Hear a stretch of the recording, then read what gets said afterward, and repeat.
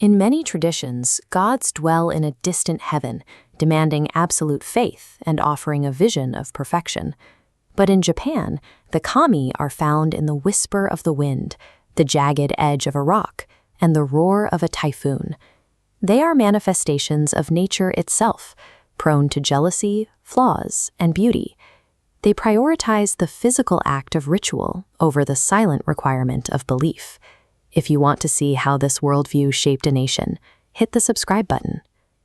According to the Shinto creation myth, the universe began as a formless, oily void. The earliest spirits emerged from this chaos and then simply vanished, leaving the heavy lifting to a final divine couple, Izanagi and Izanami. Standing on a celestial bridge, they thrust a jeweled spear into the cosmic ocean, churning the salt water to physically form the islands of Japan. Their act of creation came at a horrific cost. When Izanami gave birth to Kagusuchi, the god of fire, the sheer heat of his arrival burned her to death.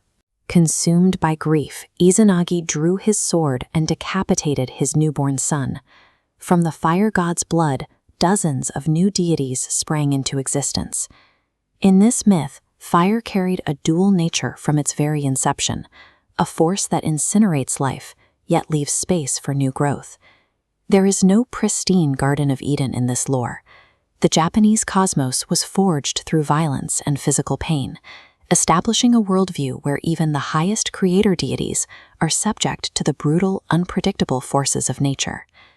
Desperate to bring his wife back, Izanagi descended into Yomi, the dark underworld. But he broke a strict promise not to look at her. Lighting a single tooth of his comb like a torch, he saw Izanami, no longer the beautiful creator of islands, but a rotting corpse crawling with maggots and thunder spirits. This horrific encounter introduces the core Shinto concept of kegare, or impurity. Unlike the concept of sin, kegare is not a moral failing or an act of evil. It is a physical and spiritual pollution caused by natural events like blood, disease, and death. It simply blocks a person's connection to the sacred. Narrowly escaping his undead wife, Izanagi felt contaminated by the stench of the underworld. He immediately stripped down at the mouth of a river and washed himself. As he cleansed his left eye, the sun goddess Amaterasu was born. His right eye birthed Tsukuyomi, and from his nose came Susanoo. That mythical river bath created the blueprint for misogi. Today, Japanese citizens perform this exact water purification ritual, washing their hands and mouths before entering any shrine. In Shinto, the physical practice of cleansing carries more weight than any abstract confession. The gods born from Izanagi's bath were famously volatile. Susanoo, the wild god of storms, constantly clashed with his sister Amaterasu, the goddess of the sun and order.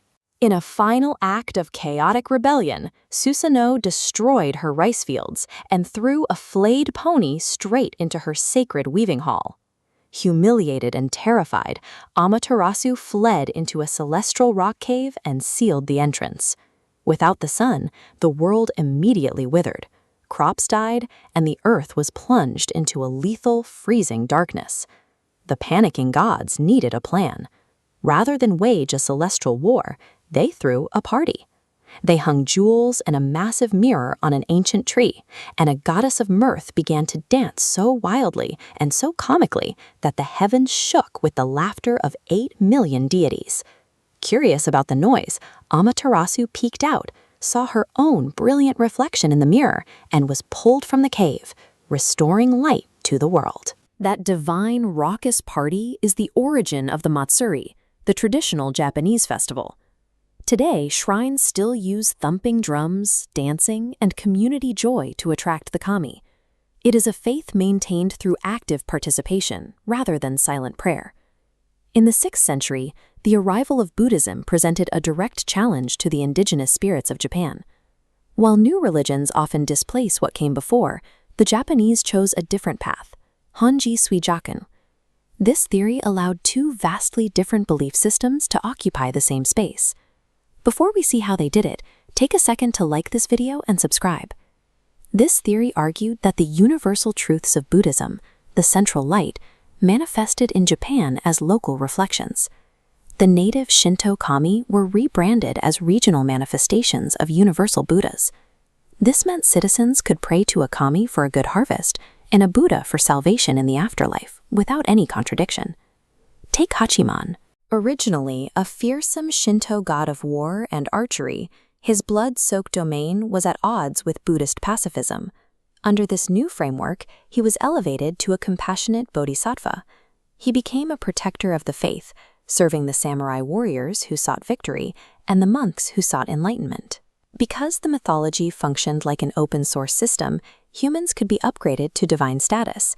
In the 9th century, a brilliant politician named Sugawara no Michizane died in exile after a wrongful accusation. When lightning strikes and plagues devastated the capital, the imperial court pacified his vengeful spirit by promoting him to the god of education.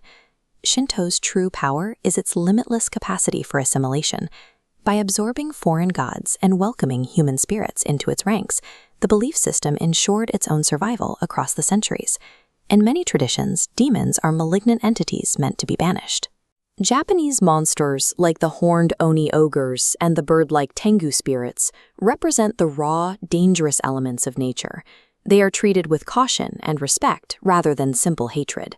The terrifying tengu act as guardians of the deep mountains. They are revered as unparalleled master swordsmen.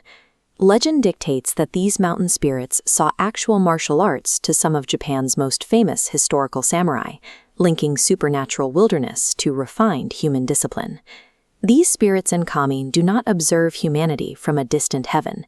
They reside in the physical world, in old-growth trees, uniquely shaped rocks, and the wooden torii gates that mark the boundaries of modern cities. Japan is an island nation shaped by tsunamis, earthquakes, and volcanic eruptions. The mythology reflects a hard-learned reality. You cannot defeat the brutal monsters of the natural world. You can only respect their power and learn to coexist. Because Shinto lacks a single, unchangeable holy text, its stories freely evolve. The kami seamlessly transition from ancient scrolls into the modern pop culture landscape, providing the imaginative foundation for global anime and video games. These stories suggest that divinity isn't found in a distant, unreachable realm. It is embedded in the flawed, physical world we walk through every day. What local myths or folklore shape the way you view your own environment? Let me know in the comments below, and don't forget to subscribe for more explorations into history. The kami offer humanity a vital, enduring lesson. We are not the masters of this world. We are simply sharing it.